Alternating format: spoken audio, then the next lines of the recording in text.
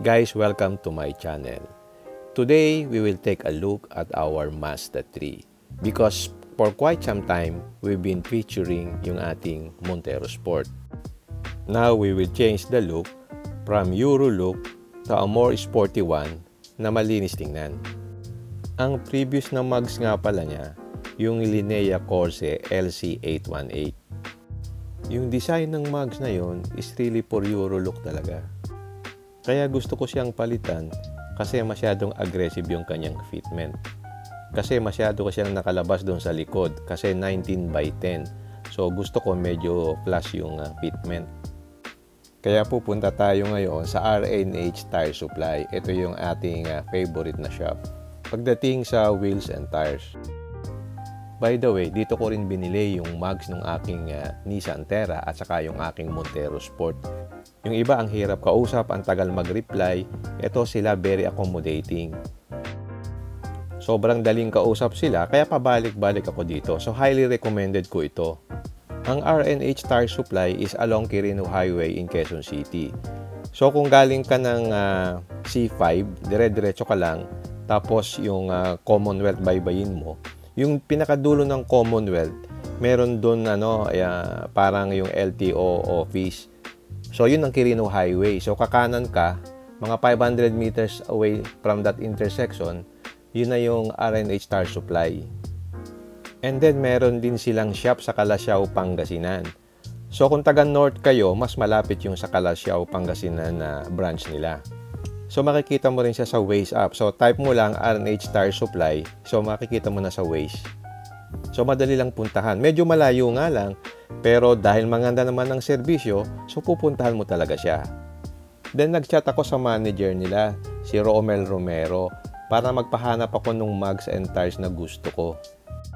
Mas maganda kung i-chat mo muna sila para pagpunta mo doon, alam mo kung merong stock o wala. Swerte naman, merong silang stock ng VLF 11 na medyo mahirap hanapin. Kasi usually ang available sa mga shops yung size 18. And then nagpahanap din ako nung size 19 na 235/40 R19. So halika, samahan niyo ako.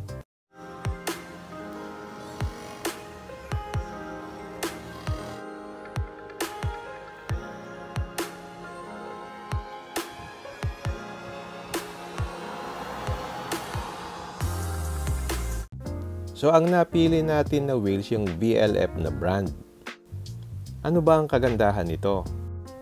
Ito kasi ginagawa using flow forming technology. Ito kasi ina-apply niya ng pressure yung inner barrel of the wheel while spinning, and after it has been casted, which compresses and stretches the aluminum.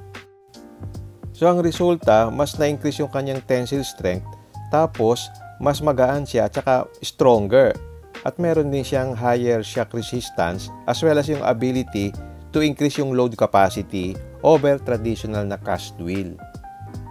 So ang specs ng wheels yung 19/8.5 tapos plus 38 ang kanyang offset. So ito yung tamang specs sa Mazda 3 kung gusto mo naka-flush sa fender. So natuwa naman ako sa packaging ni VLF. Well protected at napakaayos ng pagka-package niya. And then meron dito siyang manual, and then may balot talaga siya na plastic. So tanggalin natin sa kahon para makita natin kung ano yung itsura niya. So paano mo pala malalaman kung original yung VLF? So dito sa may hub, meron siyang sticker na meron din siyang TUVA certificate. And then dito meron din siyang mga several stickers na nag-authenticate na original yung wheels. Ang kagandahan nito, magaan siya. Actually, kaya mong buhatin ng isang kamay lang. Yun ang kagandahan ng flow form. Ang design niya is similar doon sa work wheels na ang tawag nila is Kiwami or yung CR Kai. Kaya ko siya nagustuhan, meron siyang mixture ng sportiness at hindi nawawala yung kanyang pagka-clean look. As additional information nga pala, dun sa sidewalls ng new tires, meron siyang red and yellow painted dots. If these marks are aligned with the particular points on the wheel, you will reduce the amount of weights required for balancing.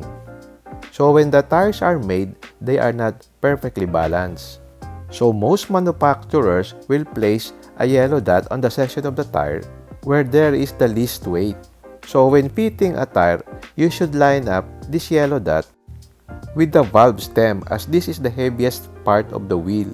So by aligning the lightest part of the tire with the heaviest point on the wheel, so the tire wheel balance will be as close to optimal as can be. Yung mags naman, hindi rin siya perfectly balanced. Most of the time, meron din siyang dot to indicate its low point. So kung meron kang mark na ganito, you should align yung red dot with the mark on the wheel and ignore the yellow dot. By doing this, you minimize the vibration caused by the high point of the tire. So kung both red and yellow dots are visible on your tire and you don't have any dots or marks on your wheel, yung red takes precedence over yellow and you should align the red dot with the valve stem. And then dito sa VLF mags, meron siyang yellow dot doon sa mag wheels.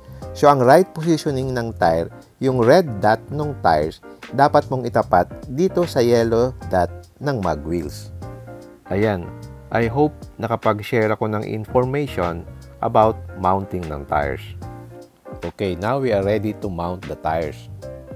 So uulitin ko, nandito tayo sa R&H Tire Supply dito sa Quirino Highway in Novaliches. Meron silang Fuel, VLF, Black Rhino, Monster Rims, at saka yung mga OEMs na 22 at marami pang iba. So ilalagay ko rito yung contact number ng manager nila, si Romel. Pwede nyo siyang tawagan sa kanyang telepono o kaya i-message nyo sa Messenger sa Facebook at nagre-reply naman siya kaagad. At again, meron na rin silang branch sa Calasiao, Pangasinan. So ito naman yung contact number nila sa Calasiao, Pangasinan.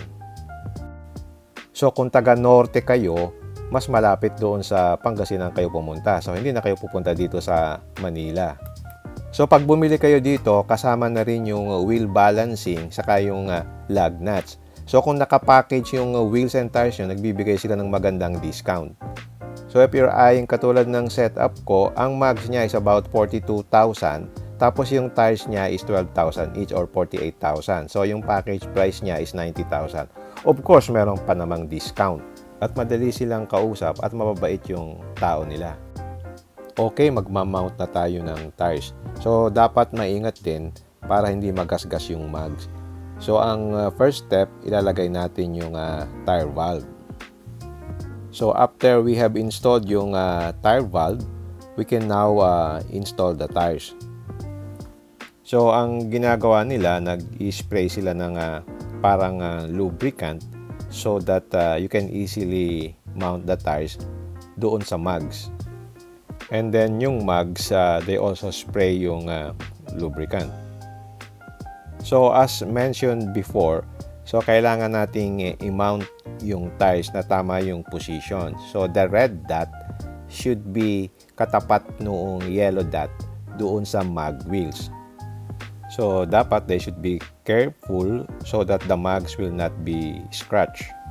So what they're doing now is they're positioning the red dot on the tire to the yellow dot of the mags.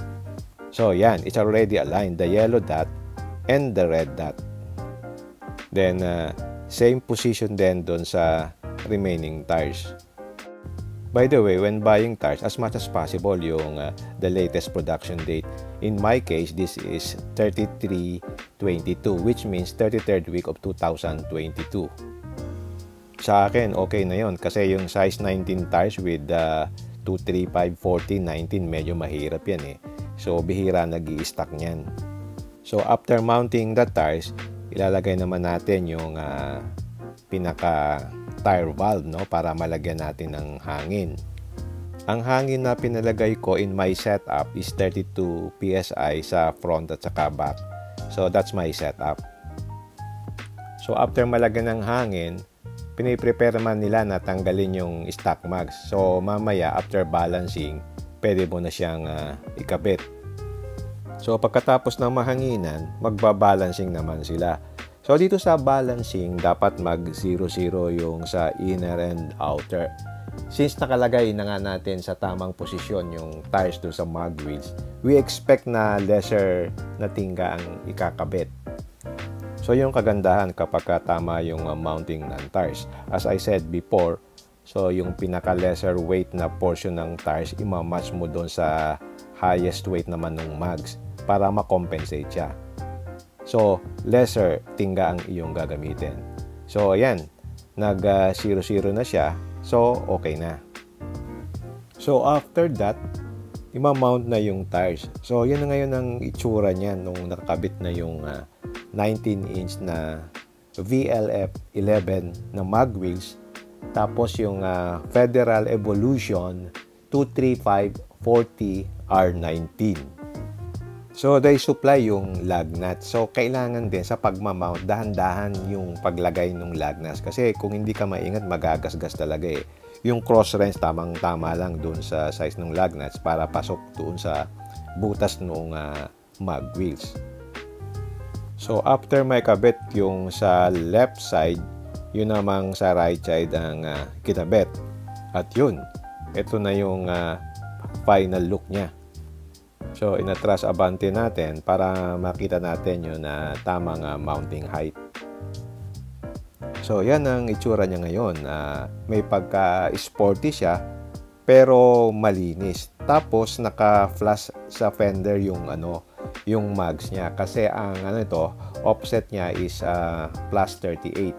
Kasi pinag-aralan kong mabuti ito kasi kung hindi tama yung offset, lalabas na naman yung gulong doon sa fender. So bakit kailangan kong naka-flash? Kasi in the future, ilo-lowered ko to. Sa likod kasi mas malaki ang clearance. So ilo-lower natin yan ng mga 1.3 inches. Sa harap mga 0.9 inch. So yan na yung final result. So maraming salamat nga pala sa R&H Tire Supply dito sa Quirino Highway sa Novaliches. So kung may kailangan kayong mags and tires, dito kayo pumunta. Kahit malayo, dayuhin nyo kasi maganda yung kanilang service, hindi kayo mapapahiya. So sa pagpili ng mags, hindi ibig sabihin pagka pareho yung offset, pareho sa pare-parehong kotse. Marami kayong dapat i-consider yung lapad ng mag, saka yung lapad din ng fender. So hindi siya pare-pareho. Okay, iuwi ko na rin yung aking stock mag. So pinalutan din nila ng plastic. Yan yung nakabalot dun sa original na VLF mag. So ginamit ko na rin na plastic para hindi madumihan, para may stock ko na sa bodega. Okay, nakauwi na tayo and then kinuhanan natin ng iba-ibang shots sa iba-ibang location.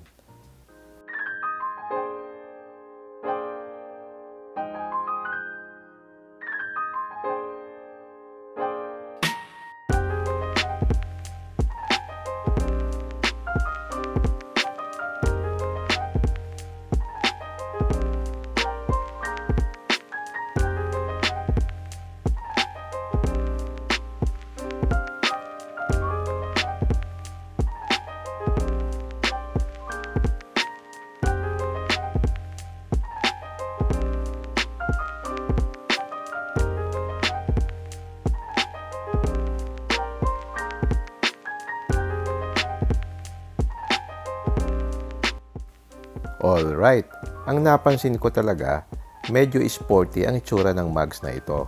Which is bagay naman sa Mazda 3 kasi sporty hatchback siya. Maganda rin naman dati yung nakakabit dito na mags. Pero masyadong aggressive yung fitment niya. May mga angles na awkward siyang tingnan. So in this current setup, mas appropriate siya at saka natural looking. Okay, hanggang dito na lang. If you like this video, don't forget to like, share, and subscribe. Until next time, see you again in my next vlog. Bye!